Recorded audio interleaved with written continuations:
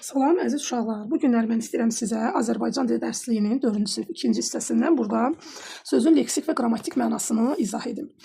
Bəzi qarışdıran yoldaşlarımız üçün də kömək etmiş olaraq. Deməli burada uşaqlar, sözün leksik və qrammatik mənası odur ki, sözün ilkin mənası, yəni onun lüğətdə istifadə etdiyimiz mənası onun leksik mənasıdır. Amma qrammatik məna isə onun nitq hissələri tərəfindən, nitq hissəsi hansı xüsusiyyətlərə malikdirsə, biz də onu o cür təhlil edirik. Məsələn, əlimdə tutduğum qələm.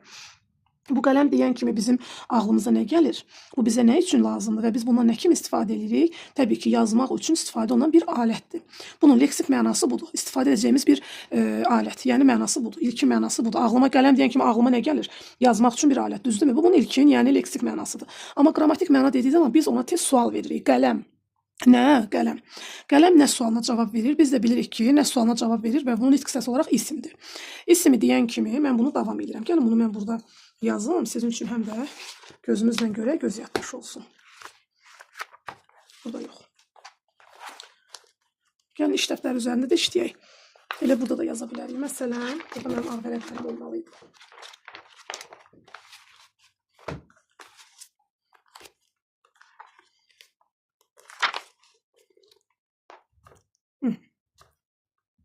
Çıxmaq bilmir. Məsələn, yazıram ki, qələm. Düzdürmü? Yazdım bura qələm. Qələm deyən kimi ağla nə gəlir? Yazmaq üçün alət. Düzdürmü? Yazmaq üçün alətdir. Bu nədir? Bu leksik mənadır. Yazdıq bura leksik məna. Yəni mənim nə kimi istifadə edirəmsə, mən qələm deyən kimi ağlıma nə gəlirsə, bu mənim leksik mənamdır. Amma xətt çəkək. Qrammatik məna deyən kimi mən həmin sözə sual verirəm. Qələm. Nə? Düzdür, sualı budur. Və biz bilirik ki, qələm nə sualına cavab verir və nə də ismin sualıdır. Yazıram ki, isimdir. Düzdürmü? Deməli, qələm sözü əgər isimdirsə və ismin də özünə məxsus xüsusiyyətləri var. Hansı xüsusiyyətlərdir? İsim necə olur? Təkdə olur, cəmdə olur, ümumi olur, xüsusi olur, hallanması olur. Daha sonra isə konkret və mücərrəd olur. Burada qələm sözü nədir uşaqlar? İsimdir, təkdədir. Təkdədir, konkretdir. Niyə konkretdir? Çünki gözlə görürük, əllə toxunuruq. İnsan adı deyil, şəhər adı deyil, ölkə adı deyil. Təbii ki, ümumi isimdir. Yazıram adına ümumi isim. Bu da uşaqlar nə olur? Qrammatik məna. Bu isə qrammatik məna adlanır. Yəni, söz hansı nitq hissəsinə aiddirsə və həmin nitq hissəsinin xüsusiyyətlərinə biz onu təhlil edirik. Bu olur bizim qrammatik mənamız. İndi başqa bir söz üzərində fikrimizi əsaslandıraq. Məsələn, yazaq bura nə? Sarımtıl.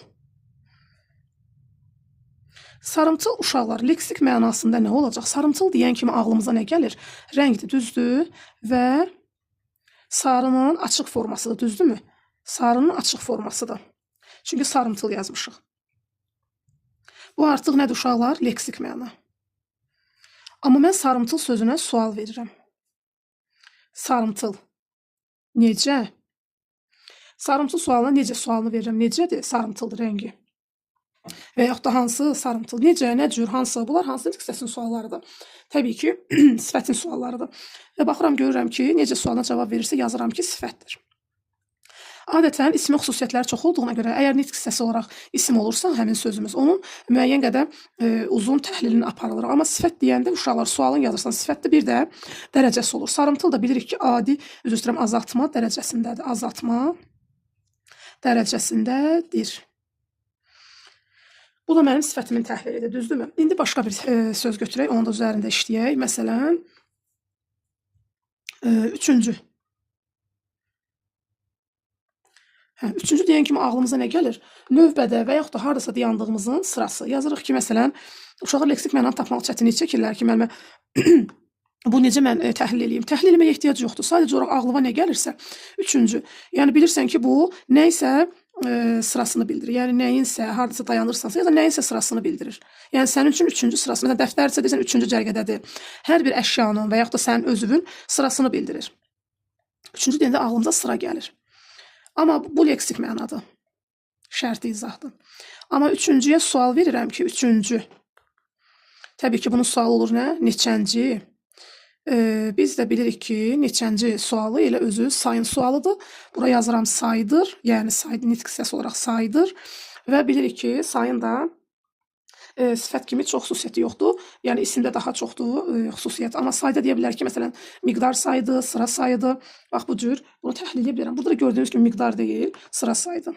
Yazırıq sıra sayıdır. Bu da bizim üçüncü sözümüzün təhlilidir. Və yaxud da bura götürə bilərəm, hansısa bir başqa sözdə götürək, nümunəmizə əsaslandıraq. Leksik və qrammatik mənamızı necə izah edə bilərik? Yazaq ki, bura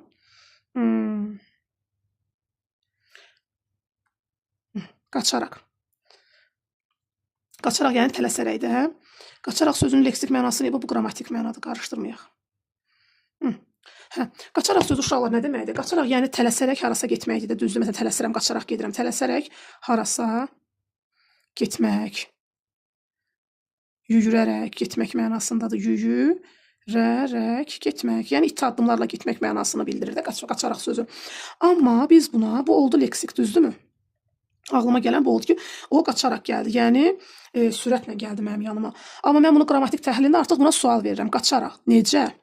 Sual verirəm. Bəzi uşaqlar çaşdırır ki, necədirsə bu sifətdir. Uşaqlar bu sifət ola bilməz. Niyə? Çünki biz bilirik ki, qaçaraq sözü adətən hərəkətlə bağlı olur və hərəkətlə də bağlı olduğu zaman biz ona heç vaxt sifət deyə bilmərik. Bu olur nə? Zərf. Və bilirik ki, zərf özünə görə bütün nitqçilərin suallarını uğurlayıb. İsimdən də, sifətdən də, saydan. Çünki bilirik ki, zərf hərəkətin miqdarını, necəliyini, yəni tərzini, zamanını, yerini, məkanını hamısını bildirən bir əsas nitq hissəsidir. Qaçaraq necə? Nitq hissəm zərfdir və hərəkətin nəyini bildirir uşaqlar? Qaçaraq gəldim. Tərzini bildirir.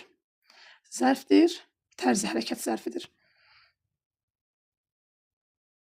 Bu isə mənim nəyimdir? Qrammatik təhlilimdir. Yazaq bura qrammatik.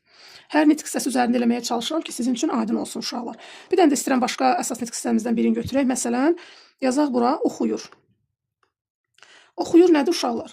Məsələn, oxuyur deyən kimi ağlımıza nə gəlir? Məsələn, dərsinə çalışır da, düzdür? Dərsinə çalışır, öyrənməyə çalışır, oxuyur, nəyisə öyrənir, düzdür? Bu bunun leksik mənasıdır. Yəni oxumaq, öyrənmək mənasında. Amma oxuyur sözünə mən sual verəndə olur nə edir? Biz də baxan kimi görürük ki, nə edir sözü təbii ki feilin sualıdır. Yazıram bura feildir. Feil deyən kimi uşaqlar ağla nə gəlir? Feilin hansı zamanı? Oxuyur hansı zamandadır? İndiki zamanda. Yazıram indiki zamandadır. Bu da mənim qrammatik cəhətdən izahım. Qrammatik mənam. Aydın oldu uşaqlar. Mən burada çalışdım, müxtəlif sözlər götürdüm və hər birini bütün nitq hissələrini həm leksik, həm qrammatik mənada izah elədim. Elə bilirəm müəyyən qədər aydın oldu sizə də. Nəsə bir qaranlıq, çətinlik qalarsa bildirin, onu da izahını verim. Qələm isimdir, sarımtıl sifətdir, üçüncü saydır, qaçaraq zərfdir, oxuyur isə hərəkət bildirir, feil əsas nitq hissəsidir və bütün əsas nitq hissələrinin leksik və qrammatik mənalarının izahını verməyə çalışdım. Burada başqa bir söz ola bilər. Ola bilər məsələn qıpqırmızı. Burada artıq yazacaq çoxaltma dərəcəsindədir, yəni qrammatik mənada. Rəng olaraq elə eyni mənada qalır leksik mənası. Çünki rəngdir. Amma dərəcə olaraq dərəcəsi dəyişir. Qələm sözü də isimdə nə ola bilər? Dəyişər. Məsələn, onlar bir insan adı, bir şəhər adı. Məsələn, onlar Araz çayı, məsəl üçün deyirəm, Xudafərin körpüsü. Bu zaman artıq yenə mən onu Ayaz, Elmin, Aygün fərq etməz. Bir insan adı olan zaman bütün təhlillərim yerində qalır. Sadəcə olaraq mən onu artıq ümumi yox, xüsusi isim kimi verirəm. Və yaxud da yuxu. Yuxu nə? Yuxu. Bu da isimdir, amma konkret yox, mücərrəddir. Artıq siz qaydanı bilirsiniz və artıq içindəki təhlili isə özünüz ona uyğun eləməlisiniz ki, əgər isimdirsə ya təkdə ya cəmdədir, ya konkret ya mücərrəddir, ya da ümumi və xüsusidir. Əgər sifətdirsə sənin sözün, götürdüyün sözün, onun qrammatik mənasında sifətin sualından başqa dərəcəsini qeyd eləməlisən. Əgər saydısa, sualından başqa onun miqdar sayı və yaxud sıra sayı olduğunu qeyd eləməlisən. Əgər zərfdirsə, qrammatik mənada zərf hərəkəti nəyin bildirirsə, məsələn, axşamçağı bu zamanını bildirir, yuxarıda olsaydı, əgər bu olardı yerini bildirir və yaxud da bir xeyli olsaydı, bir xeyli oxuduq, məsələn, bir xeyli, həmin o bir xeyli sözdə hərəkətin miqdarını bildirəcəkdir və bunlar yazacaqsan zərfdə. Feildə isə hərəkətdir, hərəkətin zamanlarıdır. Burada mən indiki zamanı götürmüşdüm, amma sizdə əgər sözdə oxudu olsaydı, olacaqdı keçmiş zamandadır. Oxuyacaq olsa gələcək zamandadır. Vəssalam. Nitq hissələrinə uyğun təhlil aparırsınız. Ümid edirəm sizə yararlı oldu. İndi növbəti iş dəftərində üzərində işləyəcəm. Daha aydın, daha rahat olsun sizə. Hələlik uşaqlar.